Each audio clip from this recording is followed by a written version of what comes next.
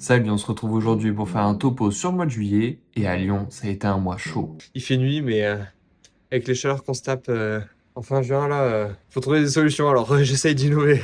En plus de ces chaleurs, j'ai toujours de l'épuisement qui traîne au fil des semaines. Ajoute à ça un planning qui n'est toujours pas adapté et tu te retrouves dans ma situation. Bon, je vais être transparent avec toi. Pour faire la troisième modification de mon emploi du temps, oui, c'est déjà la troisième modification en 3 mois, j'ai fait appel à Claude. En données de base, Claude a eu mon historique d'entraînement, mon planning précédent et mes contraintes. À la lecture du planning qui m'a ressorti, soit il s'est basé sur mon organisation, soit mon organisation de base était pas si mal. J'ai trouvé son planning plutôt bien construit avec 2 séances de vélo, 2 séances de natation et 2 séances de course à pied. Du coup, tu l'as bien compris, il n'y a plus de jours avec 2 entraînements. En plus des modifications d'organisation, il a un petit peu changé mes séances. On est de retour sur Excel pour que je t'explique un petit peu ce qui m'a produit en termes d'organisation de séances.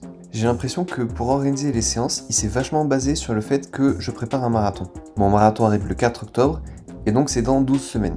Ici, il a bien respecté ma contrainte de natation le lundi, de séance VMA le mercredi et de repos le jeudi. Il a bien compris aussi que j'avais de la disponibilité en termes de temps les samedis avec des grosses sorties longues. Je vais quand même adapter les séances du mercredi et les séances VMA parce que pour le coup, ça c'est vraiment des séances que j'aime et donc je veux retrouver mes entraînements à moi. Pour le reste, on voit qu'il a clairement diminué les quantités de vélo en préparation du marathon parce que clairement aujourd'hui le vélo c'est mon point faible. À côté de ça, on voit que mes séances longues du samedi vont clairement encore s'allonger jusqu'à atteindre 32 km dont 14 km en allure marathon. Donc au total, on se retrouve dans les 6-7 heures d'entraînement par semaine pour parcourir environ 70-80 km par semaine sur l'ensemble de cette préparation. Très clairement, on voit que ça m'amène jusqu'à début octobre pour cette préparation-là, puisque c'est la date de la course.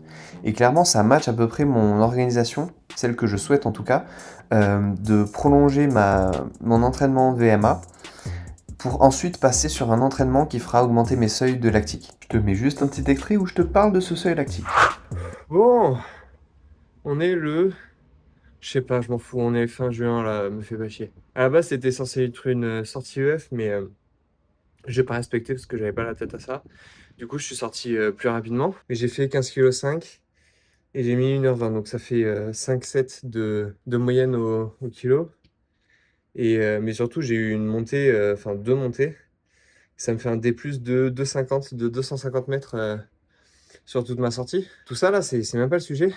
Je me suis rendu compte que je manquais cruellement de lactique. Que, en fait, mon seuil, plutôt, il est bas. Là, je fais des séances de MA, très bien. J'augmente ma vitesse et tout ça. Ok, c'est le but, c'est cool. Mais putain, il va falloir que je m'entraîne au lactique parce que là, clairement, en montée, c'était des montées par escalier, mais putain, c'était vraiment dur. C'était vraiment dur.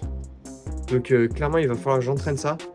Là, je pense que je vais me caler sur 6 mois totaux d'entraînement VMA. Mais après avoir passé ces 6 mois pour reprendre ma vitesse classique, il va falloir que j'entraîne mes seuils parce que sinon, ça va pas le faire. Ça va clairement pas le faire. Il va falloir que je trouve une solution à ça. C'est dans cette nouvelle organisation qu'on ne va plus chercher 11 heures d'entraînement, mais seulement 6 heures d'entraînement. Et donc comme je te disais, il a apporté des modifications à mes séances qui évoluent de semaine en semaine. Il a même intégré une semaine allégée après 3 semaines d'efforts. C'est nouveau pour moi, je pensais qu'on pouvait s'enchaîner des semaines avec 100 km d'entraînement par semaine, sans repos particulier. Historiquement, c'est ce que j'ai fait parce qu'en club d'athlétisme, je faisais 3 semaines de pause au mois d'août et en vrai, tout le reste à fond. Bref, on est une semaine avant la publication de cette vidéo et j'ai déjà mis le planning en place. Et j'essaierai de te tourner une séquence la semaine prochaine pour te faire un retour sur ce planning. Dans la vidéo du mois d'août, j'aimerais bien intégrer des données plus factuelles pour évaluer sérieusement la progression. Je viens de finir aujourd'hui ma séance de 5 x 800 mètres en VMA.